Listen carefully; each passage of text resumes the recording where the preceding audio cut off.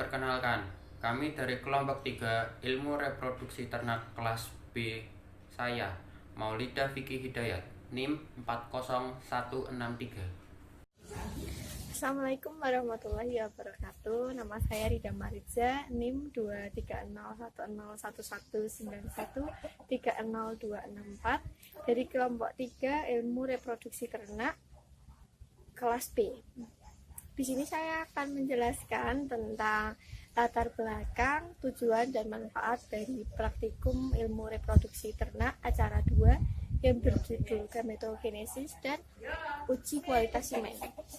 Latar belakang dari praktikum ini adalah gametogenesis merupakan proses pembentukan sel gamet atau sel kelamin baik jantan maupun betina. Gametogenesis merupakan suatu proses persiapan pembentukan sel kelamin baik jantan maupun betina untuk selanjutnya digunakan untuk reproduksi atau perkembangbiakan untuk makhluk hidup secara seksual. Gametogenesis yang sendirinya merupakan pembelahan meiosis terjadi pada tumbuhan maupun hewan. Gametogenesis pada sel kelamin betina disebut dengan oogenesis, sedangkan pada kelamin jantan disebut dengan spermatogenesis. Sedangkan cairan semen merupakan cairan yang diejakulasikan oleh penis pada saat proses kopulasi pada organ reproduksi betina. Cairan semen sendiri mengandung dua komponen utama, yaitu plasma semen dan spermatozoa. Plasma semen disekresikan sebagian besar oleh kelenjar vesikularis dan dalam jumlah kecil disekresikan oleh testis. Dengan adanya gametogenesis, maka makhluk hidup dapat berkembang biak, baik manusia maupun hewan ternak.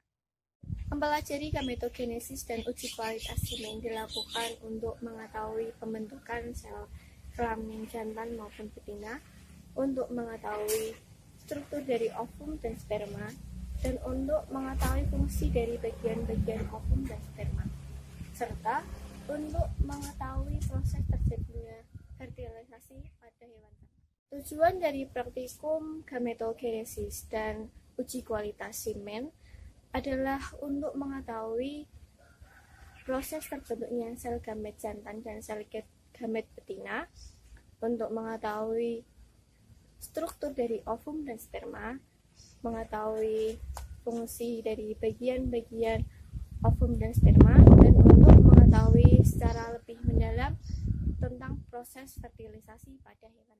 Manfaat dari praktikum gametogenesis dan uji kualitas semen adalah untuk dapat mengetahui proses terbentuknya sel gamet jantan dan sel gamet betina, mengetahui fungsi dan struktur dari ovum dan sperma, dan mengetahui secara lebih mendalam tentang fertilisasi pada hewan ternak. Bab 2. Materi dan metode.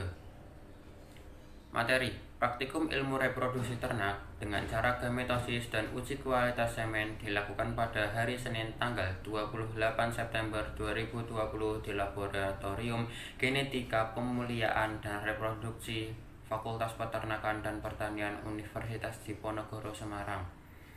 Materi yang dilakukan dalam praktikum gametosis dan uji kualitas semen yaitu meliputi alat dan bahan. Media yang digunakan dalam penjelasan materi gametosis adalah berupa video dan gambar. Alat yang digunakan dalam praktikum uji kualitas semen adalah mikroskop, objek gelas, cover gelas, pinset, pipet, beker gelas, hemositometer, tabung Appendorf, aluminium foil, tisu, hand counter, gunting, bunsen, dan korek serta alat tulis. Bahan yang digunakan dalam praktikum yaitu semen beku, eosin, NaCl fisiologis, dan alkohol 70%. Metode yang dilakukan pada acara praktikum gametosis dan uji kualitas semen yaitu diawali dengan mendengarkan penjelasan tentang proses terbentuknya gametosis pada ternak jantan dan betina. Lalu dapat dilihat proses terjadinya fertilisasi serta mengamati kualitas semen secara makroskopis dan mikroskopis. Assalamualaikum warahmatullahi wabarakatuh. Perkenalkan, nama saya Natiara Aidini Melati Fadila, NIM 20024. Nah, di sini saya akan menjelaskan mengenai morfologi sel gamet jantan yaitu sperma. Ini merupakan gambar morfologi sel gamet jantan yaitu sperma.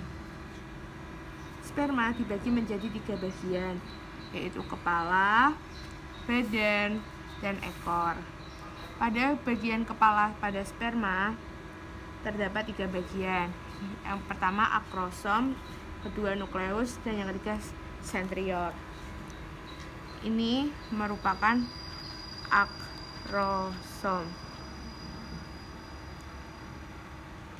Nah, akrosom merupakan ujung kepala dari sperma yang menutup inti, memiliki bentuk runcing, dan mengandung enzim yang digunakan untuk menembus sel telur.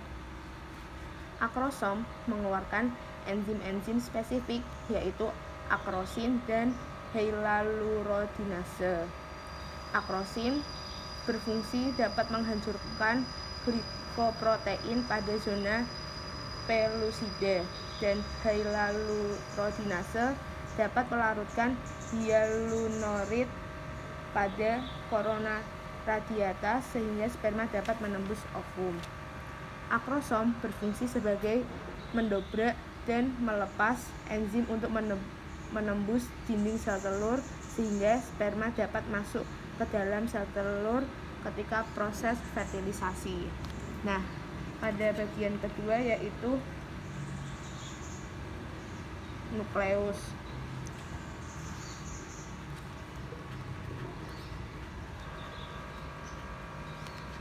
Nah, nukleus ini merupakan inti sel sperma yang terletak di tengah yang berada pada bagian kepala sperma dan memiliki ukuran yang paling besar di antara organel sel lainnya. Nukleus memiliki fungsi yaitu untuk mengendalikan seluruh kegiatan sel serta mewariskan sifat pada keturunannya, karena di dalam nukleus ini mengandung DNA. Yang ketiga yaitu sentriol.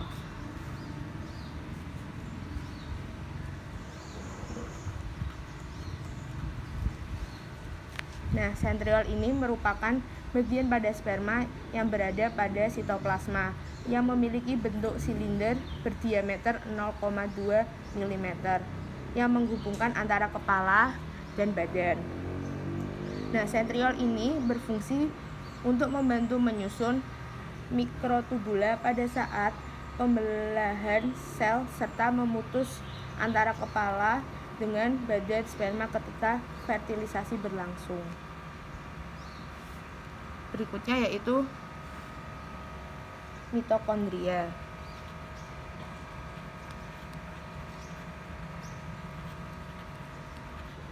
Nah, mitokondria itu merupakan pembungkus aksonema dan fiber yang berada di bagian tengah sperma.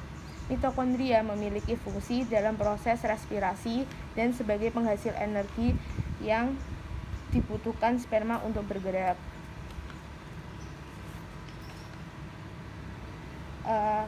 Mitokondria berfungsi untuk motilitas spermatozoa yang berasal dari perombakan ATP.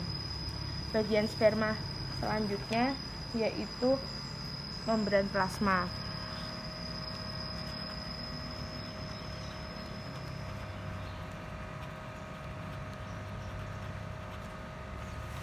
Pada membran plasma merupakan bagian luar sperma yang mengandung banyak makromolekul untuk proses metabolisme yang berupa lipid dan protein. Membran plasma berfungsi untuk mengatur molekul yang masuk ataupun yang keluar pada sel dan juga sebagai pelindung sel sperma. Bagian sperma selanjutnya yaitu sitoplasma.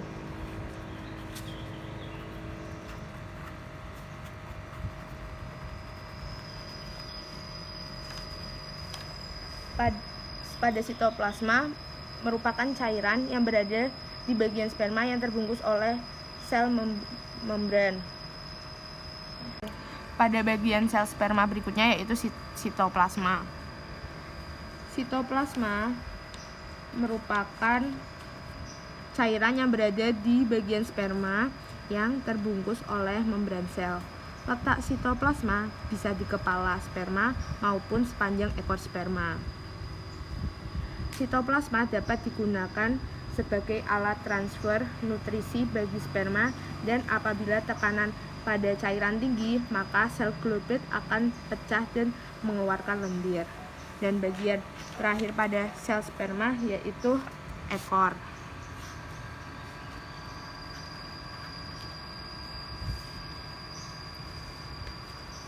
Ekor merupakan bagian yang memiliki ukuran paling panjang pada organel sel sperma, berbentuk flagel dan dibagi menjadi 4 bagian, yaitu tengah, leher, pokok, dan bagian akhir. Ekor sperma memiliki fungsi sebagai alat motilitas pada sel sperma dan sebagai alat penggerak sperma untuk membantu sperma menembus ovum, dan dilindungi oleh membran yang dinamakan dengan membran plasma. Sekian dari saya mengenai morfologi sel gamet pada jantan yaitu sperma. Terima kasih. Assalamualaikum warahmatullahi wabarakatuh. Perkenalkan, nama saya Ayu Andadisa Fadila dengan NIM terakhir 20016. Di sini saya akan menjelaskan mengenai morfologi sel gamet betina. Pada gambar ini sudah terdiri dari bagian-bagian di mana bagian-bagian tersebut memiliki fungsi tersendiri. Kita mulai dari bagian terluar yaitu corona radiata. Corona radiata merupakan lapisan terluar dari oosit yang terdiri dari sel granulosa atau yang biasa disebut dengan tubulus oophorus. Corona radiata berfungsi sebagai tempat transportasi sel nutrisi oosit. Apabila terjadi fertilisasi, sperma akan menembus bagian terluar, yaitu corona radiata. Selanjutnya ada zona pellucida. Zona pellucida merupakan bagian yang berlapis tebal berbasis protein, memiliki fungsi untuk melindungi ovum dan mencegah adanya sperma lain yang masuk ke dalam ovum. Nah, yang selanjutnya yaitu membran vitelin. Membran vitelin merupakan diferensiasi bagian pinggir dari oosit, memiliki bentuk dan sifat yang sama, dengan selaput plasma dan 2 sel somatik yang tipis dan elastis. Membran vitelin sendiri berfungsi untuk membungkus sel telur. Bagian selanjutnya yaitu sitoplasma. Sitoplasma merupakan bagian dari sel yang berbentuk cairan sebagai tempat organel-organel sel berada. Sitoplasma pada sel telur terletak di dekat membran sel ovum dan memenuhi ovum untuk melindungi ovum. Sitoplasma berfungsi sebagai tempat bagi organel sel, melindungi sel, tempat untuk reaksi kimia, dan transportasi zat dari luar sel ke organel sel yang lainnya. Bagian terakhir yaitu nukleus. Nukleus merupakan bagian terpenting dalam sel dan dapat disebut juga sebagai inti sel. Pada dalam nukleus terdapat DNA yang berisi materi genetik. Nukleus sendiri berfungsi untuk melindungi DNA dan mengatur seluruh kegiatan organel-organel di dalam sel. Perkenalkan, nama saya Antonia Adisti, NIM 20018. Saya Antonia Adisti akan menjelaskan proses spermatogenesis. Spermatogenesis terjadi pada dinding tubulus seminiferus. Yang pertama ada spermatogonium. Spermatogonium bersifat 2M. Spermatogonium akan mengalami fase mitosis yang kemudian membentuk spermatosit primer bersifat 2M. Spermatosit primer akan mengalami meiosis pertama yang kemudian membentuk 2 spermatosit sekunder yang bersifat haploid. Spermatosit sekunder akan mengalami meiosis kedua yang kemudian membentuk spermatid. Spermatid akan berkembang menjadi sperma yang matang yang bersifat haploid dan disebut spermatozoa. Terima kasih. Perkenalkan, saya Firliana Putri Aulia Dewi dengan NIM 20000. Saya Berliana Putri Aulia Dewi akan menjelaskan tentang proses oogenesis. Oogenesis merupakan proses pembentukan ovum yang terjadi di ovarium. Tahapan proses oogenesis yaitu dimulai dari ooganium yang bersifat diploid mengalami pembelahan secara mitosis menjadi oosit primer yang bersifat diploid. Kemudian oosit primer mengalami pembelahan secara meiosis membentuk oosit sekunder dan badan molar. Oosit sekunder mengalami pembelahan meiosis tahap 2 menjadi ootit dan badan molar. Ootit kemudian mengalami diferensiasi membentuk ovum. Badan polar yang dihasilkan dari tahap meiosis pertama dan kedua akan disis. Gametogenesis merupakan proses pembentukan sel telur. Gametogenesis yang terjadi pada ternak jantan disebut spermatogenesis, sedangkan gametogenesis yang terjadi pada ternak betina disebut oogenesis.